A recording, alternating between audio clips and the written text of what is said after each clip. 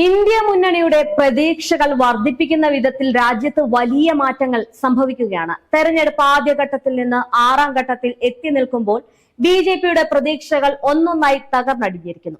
ഒരു ആൾ ദൈവത്തെ പോലെ എല്ലാം തന്റെ മാത്രം നേട്ടമെന്ന് അവകാശപ്പെടുന്ന പ്രധാനമന്ത്രി നരേന്ദ്രമോദിയെ വോട്ടർമാർ നിരസ്കരിക്കുമെന്ന പ്രതീക്ഷയിലാണ് ഇന്ത്യ മുന്നണി. ഇന്ത്യയിൽ ഒരു ആൾ ദൈവമാണ് ഇന്ത്യൻ പ്രധാനമന്ത്രി സ്ഥാനത്തേക്ക് മത്സരിക്കുന്നത് എന്ന് പറഞ്ഞതും മോദി തന്നെയാണ്. ഞാൻ ദൈവത്തിന്റെ പുത്രനാണ് എന്ന് നരേന്ദ്രമോദി സ്വയം പ്രഖ്യാപിച്ച് പ്രചാരണം കൊഴുപ്പിച്ച ഘട്ടമാണ് ഇപ്പോൾ കഴിഞ്ഞിരിക്കുന്നത്, അതായത് ആറാം ഘട്ടം. അതുകൊണ്ട് തന്നെ ഇന്ത്യയുടെ ജനാധിപത്യ ചരിത്രത്തിൽ ഒരു ചോദ്യമായി മാറുകയാണ് നരേന്ദ്രമോദി. ആൾ ദൈവത്തെ എന്തിനാണ് ജനാധിപത്യ പ്രക്രിയയിലൂടെ പ്രധാനമന്ത്രിയാക്കുന്നത് എന്ന ചോദ്യമാണ് ഈ ഘട്ടത്തിൽ പ്രതിപക്ഷം ചോദിക്കുന്നത്. ഈ ചോദ്യം മോദിയുടെ കുറിക്കൊള്ളുകയും ചെയ്തിട്ടുണ്ട്. അതിന്റെ തെളിവാണ് മോദി ഈ ഒരു പ്രസ്താവന ഒരിക്കൽ മാത്രമേ നടത്തിയിട്ടുള്ളൂ എന്നത്. ഇനി മോദിക്ക് മനസ്സിലായി ഇപ്പോൾ പറഞ്ഞിരിക്കുന്ന കാര്യം കുറച്ച് കൂടിപ്പോയി എന്നത്. മാത്രമല്ല, അത് ഇന്ത്യയിലെ ജനങ്ങൾക്ക് വ്യക്തമായി വിശകലനം ചെയ്യുന്നുവെന്നും അത് തിരിച്ചടിക്കുമെന്നും മോദിക്ക് വ്യക്തമായിട്ടുണ്ട്. അതുകൊണ്ടാണ് പിന്നീട് അത് പറയാതിരുന്നത്. മാത്രമല്ല, ഏറ്റവും കൂടുതൽ മോദി പരിഹസിക്കപ്പെടുന്നതും ഈ ഒരു പ്രസ്താവനയ്ക്ക് ശേഷമാണ്. ഇതുപോലെ തന്നെ നിരവധി പ്രഖ്യാപനങ്ങൾ മോദി നടത്തുകയും പിന്നീട് തിരിച്ചടിയായപ്പോൾ ഒറ്റയടിക്ക് പിൻവലിക്കുകയൊക്കെ ചെയ്തിട്ടുണ്ട്. ഈ മുസ്ലിം വിരുദ്ധ ആളിക്കത്തുന്ന നിരവധി വാചകങ്ങൾ മോദിക്ക് ഓരോ ഘട്ടത്തിലും പിൻവലിക്കേണ്ടി വന്നതും ഇതോടൊപ്പം തന്നെ ചേർത്ത് വായിക്കണം. ഈ ലോക്സഭാ തെരഞ്ഞെടുപ്പിൽ നോക്കുകയാണെങ്കിൽ ഏറ്റവും അധികം ഉറ്റുനോക്കേണ്ട ഘട്ടമാണ് ഇപ്പോൾ കടന്നുപോയിരിക്കുന്നത്. അതായിരുന്നു ആറാം ഘട്ടം. അതായത് 6, 5, 7 ഈ ഘട്ടങ്ങൾ 162 സീറ്റുകളിലേക്കാണ് ഈ 3 ഘട്ടങ്ങളിലായിട്ട് തെരഞ്ഞെടുപ്പ് നടക്കുന്നത്. അതിൽ 55 സീറ്റുകളിൽ കൂടിയാണ് ഇനി തെരഞ്ഞെടുപ്പ് നടക്കാൻ ബാക്കിയുള്ളത്.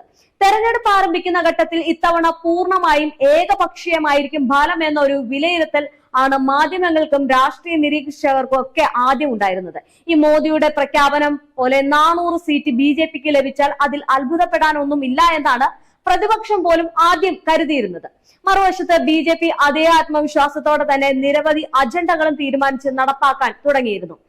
ഇനി കാര്യങ്ങൾ അത്ര എളുപ്പമാകുമെന്ന ആത്മവിശ്വാസം ഉണ്ടായിരുന്നത് കൊണ്ട് തന്നെ തുടക്കത്തിൽ അവർ വിദ്വേഷ പ്രസംഗങ്ങൾ നടത്തിയിരുന്നില്ല. പകരം മോദി ഗ്യാരണ്ടി, മോദി ബ്രാൻഡ് അങ്ങനെ തുടങ്ങി മോദിയെ കുറച്ച് പ്രശംസിക്കുന്ന രീതിയിലുള്ള കാര്യങ്ങളും പ്രചാരണവും ഒക്കെ ആയിരുന്നു നടത്തിയിരുന്നത്. കാരണം രാമക്ഷേത്രം വന്നു, ആർട്ടിക്കിൾ 370 എടുത്തു കളഞ്ഞു, CAA നടപ്പിലാക്കുന്നു എന്നിങ്ങനെയൊക്കെയുള്ള കാര്യങ്ങൾ അവർ ഇതിനോടൊപ്പം തന്നെ നടത്തി തുടങ്ങിയിരുന്നു.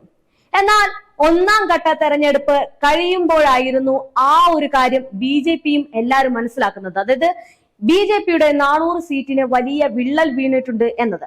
പിന്നീട് രണ്ടാം ഘട്ടത്തിൽ സ്ഥിതിഗതികൾ മോദി തന്നെ നേരിട്ടെത്തി മാറ്റുകയായിരുന്നു. ഈ വിദ്വേഷവും വർഗീയതയും ഇല്ലാതെ പിടിച്ചു നിൽക്കാൻ പറ്റില്ല എന്നും മോദി ബ്രാൻഡ് പൊളിഞ്ഞെന്നും ബി.ജെ.പി തിരിച്ചറിഞ്ഞത് ഞെട്ടലോടെയാണ് എന്ന് എടുത്തു പറയേണ്ടി വരും. അതായിരുന്നു സംഭവിച്ചത് ഒന്നാം ഘട്ടം കഴിഞ്ഞപ്പോൾ. ഇതോടെയാണ് മുസ്ലിം വിദ്വേഷ പ്രസംഗങ്ങളിലേക്ക് മോദി ചുവടെടുത്തു വെക്കുന്നത്. ആദ്യഘട്ട പ്ലാനുകളെല്ലാം പൊളിഞ്ഞതിന്റെ ജാളിത്യതയിൽ രണ്ടാം ഘട്ടത്തിൽ പുതിയ അടവുമായിട്ട് വന്ന മോദിക്ക് അവിടെയും പരാജയം തന്നെയായിരുന്നു ഫലം എന്ന് പറയുന്നത്. നോർത്ത് ഇന്ത്യയിൽ നിന്ന് വരുന്ന വാർത്തകൾ നോക്കുകയാണെങ്കിൽ അവിടുത്തെ ജനം ചാനലുകളോട് പറയുന്ന ഒരു മാറ്റം കാണാൻ ഞങ്ങൾ ആഗ്രഹിക്കുന്നു എന്നതാണ്. അതായിരുന്നു ബി.ജെ.പിക്ക് തിരിച്ചടിയായത്. ഈ രണ്ടാം ഘട്ടം കഴിഞ്ഞപ്പോൾ ഇന്ത്യ മുന്നണിക്കും മാധ്യമങ്ങൾക്കും ഒരു കാര്യം പിടികിട്ടി. വേറൊന്നുമല്ല, ജനം മാറി ചിന്തിക്കാനും പ്രവർത്തിക്കാനും തുടങ്ങി എന്നുള്ളത്. അതും ബി.ജെ.പിക്ക് വ്യക്തമായി എന്ന് വേണം പറയാൻ. അതുകൊണ്ട് തന്നെയാണ് മോദിയെ ഭയപ്പെടുത്തി ഇവിടെ വരെ കൊണ്ടെത്തിച്ചത്. ഈ മൂന്നാം ഘട്ടത്തിൽ അത് ഉറപ്പിക്കുകയും ചെയ്തു. അങ്ങനെ പിന്നീട് നടന്ന ഘട്ടങ്ങൾ വളരെ നിർണായകമായിരുന്നു. ആ ഘട്ടം എന്ന് പറയുന്നത് ബി.ജെ.പിക്ക് ക്ഷതവും ഇന്ത്യ മുന്നണിക്ക് നേട്ടവുമാണ് ഉണ്ടാക്കിയത്. ഈ ജെ.ജെ.പി പാർട്ടി ബി.ജെ.പിയിൽ നിന്ന് വിട്ട് കോൺഗ്രസിനോടൊപ്പം ചേർന്നത് വലിയൊരു വിള്ളലായിട്ട് കണക്കാക്കുന്നുണ്ട്. എ.ഐ.പി പാർട്ടി ഹരിയാനയിൽ ഒരു ശക്തമായ ഗ്രൗണ്ട് നടത്തിയിരുന്നു. അത് തന്നെ ഈ കോൺഗ്രസിനെ സംബന്ധിച്ചിടത്തോളം വലിയ മുന്നേറ്റത്തിന് വഴിയൊരുക്കിയിട്ടുണ്ട്. ഇനി നോക്കുകയാണെങ്കിൽ ബി.ജെ.പിയുടെ പാർട്ടിക്കുള്ളിലെ നേതാക്കൾ തന്നെ ഒരു വിഭാഗീയത തുടർന്നതും വലിയൊരു എതിർപ്പിന് കാരണമായി. ഇനി ഡൽഹിയെ സംബന്ധിച്ചിടത്തോളം അരവിന്ദ് കെജ്രിവാൾ അവിടെ വലിയൊരു നേട്ടമുണ്ടാക്കി. ഇതെല്ലാം ഈ ഒരു 6-7 ഘട്ടങ്ങൾ വരുമ്പോൾ കാണാൻ സാധിക്കുന്നതാണ്. ഇവിടെ ഒരു വലിയ ഇമ്പാക്ട് എന്ന് പറയുന്നത് ഈ മമതാ ബാനർജി കോൺഗ്രസിന് വോട്ട് ചെയ്യുന്നു. ഇനി ഗാന്ധി കുടുംബ ചരിത്രത്തിൽ ആദ്യമായിട്ട് മറ്റൊരു പാർട്ടിക്ക് വോട്ട് ചെയ്യുകയാണ്, ആം ആദ്മി പാർട്ടിക്ക്. അരവിന്ദ് കെജ്രിവാള് കോൺഗ്രസിന് വോട്ട് ചെയ്യുന്നു. ആ നിലയിലേക്കൊക്കെ മാറിക്കഴിഞ്ഞു. ബംഗാളിൽ അവിടെ മമതാ ബാനർജി ഈ കോൺഗ്രസിനോട് കൂടെ നിന്നതുകൊണ്ട് തന്നെ അവിടെയും BJPക്കുള്ള ഒരു തിരിച്ചടിയൊക്കെ ആയിക്കൊണ്ടിരിക്കുകയാണ്. ഇതിനിടയിലാണ് ഈ 6ാം ഘട്ടവും കടന്നു വന്നിരിക്കുന്നത്. നോക്കുകയാണെങ്കിൽ 5, 6, 7 ഘട്ടങ്ങൾ വളരെ നിർണായകമാണ് BJPയെ സംബന്ധിച്ചിടത്തോളം. കാരണം പൊള്ളുന്ന BJP ആണ് നമുക്ക് അവിടെ കാണാൻ കഴിയുന്നത്. ഈ കാര്യങ്ങളെല്ലാം എടുത്തു പറയേണ്ടതുണ്ട്. കാരണം ഇന്ത്യ മുന്നണിയുടെ ഒരു വലിയ നേട്ടം തന്നെയാണ് അവിടെ കാണാൻ കഴിയുന്നത്. അതുകൊണ്ട് തന്നെ ഇത്തവണത്തെ ലോക്സഭാ തെരഞ്ഞെടുപ്പിൽ ഒരു ചരിത്രം തെളിയുമെന്നതിൽ സംശയമില്ല. കാരണം BJPക്ക് ഉണ്ടായിരുന്ന 7 സീറ്റുകൾ കഴിഞ്ഞ തവണ ഡൽഹിയിൽ BJPക്ക് ഉണ്ടായിരുന്ന 7 സീറ്റുകൾ ഇത്തവണ ലഭിക്കുമോ എന്നാണ് എല്ലാവരും ഉറ്റുനോക്കുന്നത്. അത് തന്നെയാണ് കാണാൻ സാധിക്കുന്നതും. പ്രതിപക്ഷ പാർട്ടികൾ ഒറ്റക്കെട്ടായി മാറുന്നു. മാത്രമല്ല വിഭാഗീയത, BJPക്കുള്ളിലെ വിഭാഗീയത വലിയ പ്രശ്നമായിട്ട് മാറുന്നു. അവിടെ തന്നെ നേരിടുന്ന വേറൊരു പ്രശ്നം എന്ന് പറയുന്നത് ഈ ബ്രാഹ്മണർക്ക് വേണ്ടിയിട്ടുള്ള സംവരണത്തിന്റെ പേരിൽ അല്ലെങ്കിൽ അവർക്കുള്ള കാര്യങ്ങളുടെ കടപ്പ് BJP എതിർക്കുന്നു. അവിടെ ഒരു വിഭാഗീയത നടക്കുന്നു.